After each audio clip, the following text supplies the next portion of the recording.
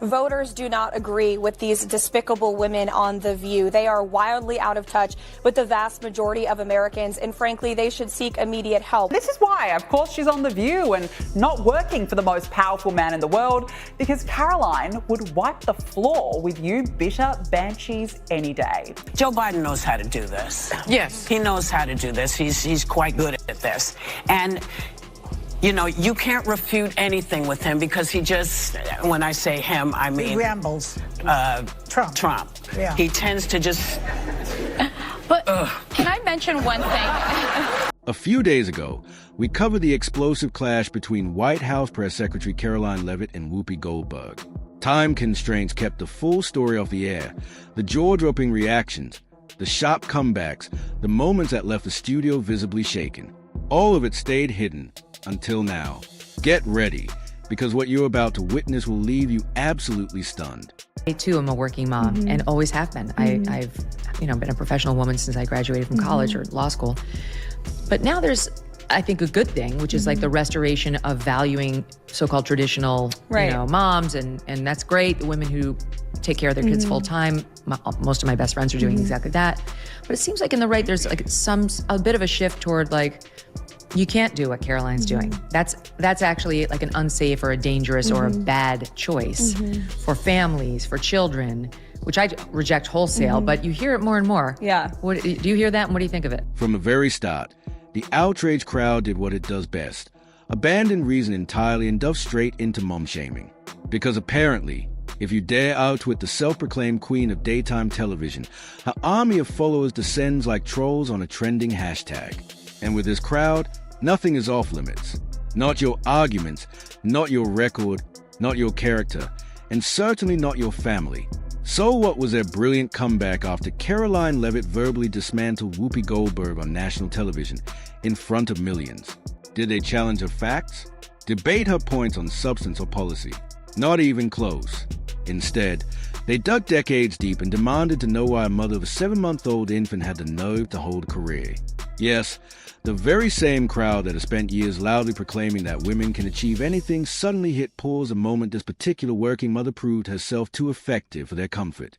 Apparently, when you embarrass a beloved talk show host on live TV, the correct response is to go home, bake something, and quietly reconsider your life decisions. Hypocrisy at its most breathtaking. Self-awareness? Completely nowhere in sight.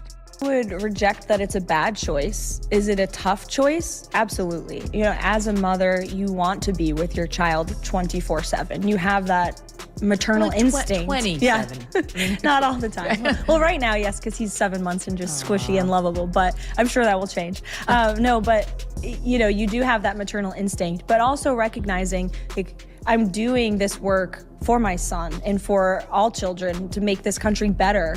And it's a once-in-a-lifetime opportunity. And yet, despite personal attacks flying from every direction, Karoline Leavitt is making genuinely compelling points that demand to be heard.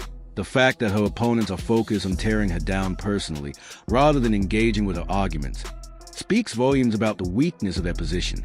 This isn't about personality. It's about ideas, and Karoline is proving she has plenty to say. So let's pause, listen carefully, and pay attention, because what comes next only gets sharper, more pointed, and impossible to ignore.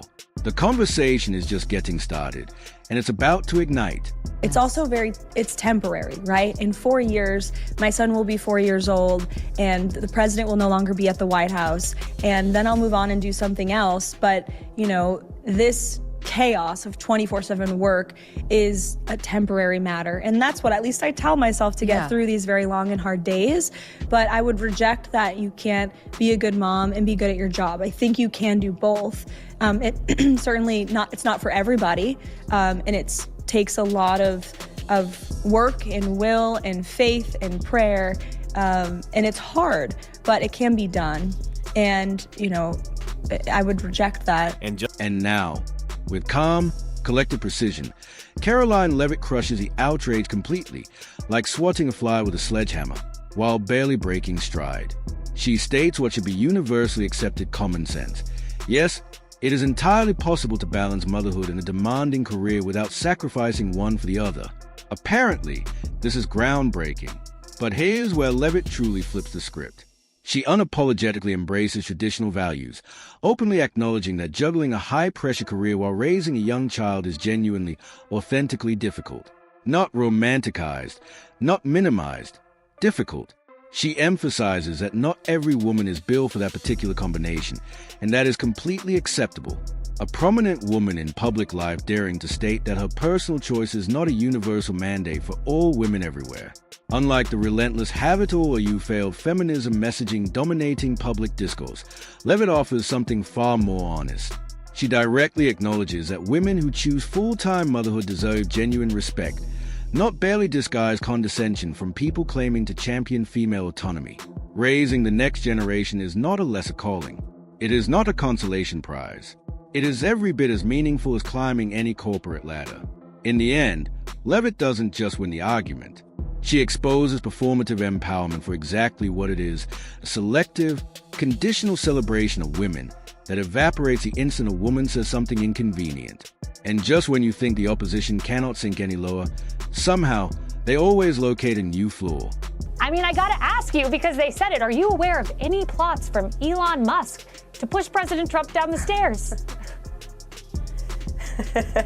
Absolutely not. Let me be unequivocally clear about that. And watching this clip, I couldn't help but think how ironic that Whoopi Goldberg and Joy Behar and the rest of the ladies on The View spend their time calling Republicans the conspiracy theorists. But they have been wrong about everything they have said over the last couple of years. They likened President Trump to Hitler. They have mocked him, they have shamed him, they have lied about him consistently on their show. And it was a joy to watch them on November the 6th when they realized that tens of millions of Americans do not listen to the lies that they have spewed. These women are completely out of touch with reality. The self-proclaimed champions of facts, evidence, and rigorous logic have officially traded their yard signs for tinfoil hats, descending straight to the level of conspiracy theorists shouting from a street corner, utterly convinced of a theory that couldn't survive 30 seconds of basic scrutiny. Their latest jaw-dropping revelation? Brace yourself. Elon Musk, the man currently launching rockets and reshaping multiple global industries simultaneously, has allegedly been secretly plotting to take down Donald Trump by physically pushing him down a staircase on national daytime television. Because apparently, nothing says sophisticated billionaire master plan quite like the most elementary schoolyard tactic imaginable. Leading this breathtaking intellectual expedition is a talk show panel that has convinced itself it functions as an unofficial congressional oversight committee operating from behind a coffee table. Their motivation? Entirely transparent. Karoline Leavitt had the nerve to dismantle the most prominent voice on live TV, and the demand for retribution has spawned theories that collapse under the gentlest examination. It's satire writing itself in real time. But Karoline Leavitt was not about to let that nonsense float unchallenged. She responded with words so precise, so sharp, that the conspiracy crowd visibly scrambled to manufacture the next installment before the previous one had even fully imploded. In short, while the theory swirled and tumbled like a bad viral meme, Leavitt's clarity, poise, and intellect cut through the chaos, exposing the absurdity of the spectacle and reminding everyone that facts, reason, and common sense still matter, whether the trolls like it or not. A lot of women are preparing themselves for the impact of the incoming administration, which has led to this growing mantra from male right-wing incels: your body, my choice. Say that to my face. Never one to back down easily, Whoopi Goldberg gathered what little courage she had left. Never one to back down easily, Whoopi Goldberg summoned what little courage remained to take another carefully indirect shot at Karoline Leavitt, because even Goldberg instinctively understands a kind of destruction waiting for anyone foolish enough to challenge Leavitt directly. So rather than face her head-on, Goldberg chose a demonstrably safer route, redirecting her energy toward Donald Trump instead. And that is when she did something that genuinely stopped the room cold.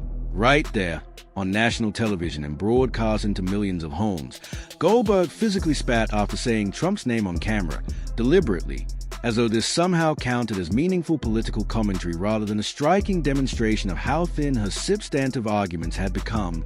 Because apparently, when facts fail and debate falters, performative disgust becomes a fallback. Leavitt did not let it pass for a single moment. She responded with surgical precision, pointing out plainly that spitting on cue in response to a name is not a rebuttal. It is not resistance. It is a behavior of someone who has run entirely out of actual arguments and decided theatrical disgust will have to substitute. She highlighted the staggering irony that the same voices most vocal about civility and respectful discourse were delivering this particular moment as their contribution to the national conversation. By the time Leavitt finished, what Goldberg had clearly intended as bold defiance read unmistakably as desperation. The internet responded immediately. Clips spread faster than producers could call commercial break. Observers quickly noted that Goldberg had expressed contempt for roughly half the American electorate with a single, calculated gesture on a Tuesday morning, and that decision, intentional or not, demanded serious examination.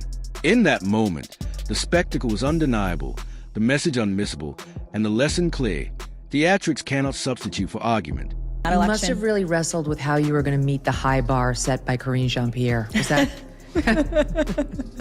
Sorry, was that out loud? No, she was terrible. Yeah. I mean, come on. Yeah. So how is your approach different, would you say?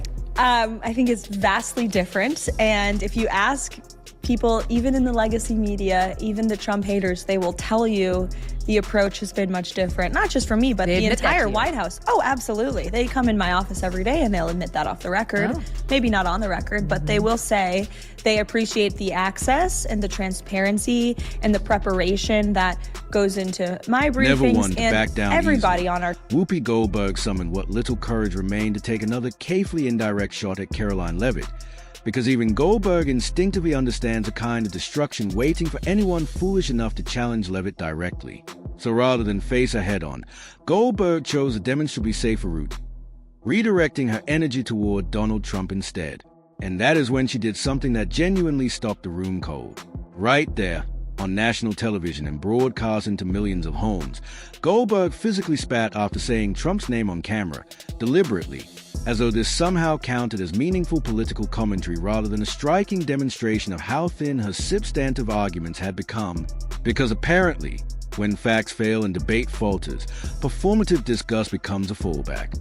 Leavitt did not let it pass for a single moment. She responded with surgical precision, pointing out plainly that spitting on cue in response to a name is not a rebuttal. It is not resistance.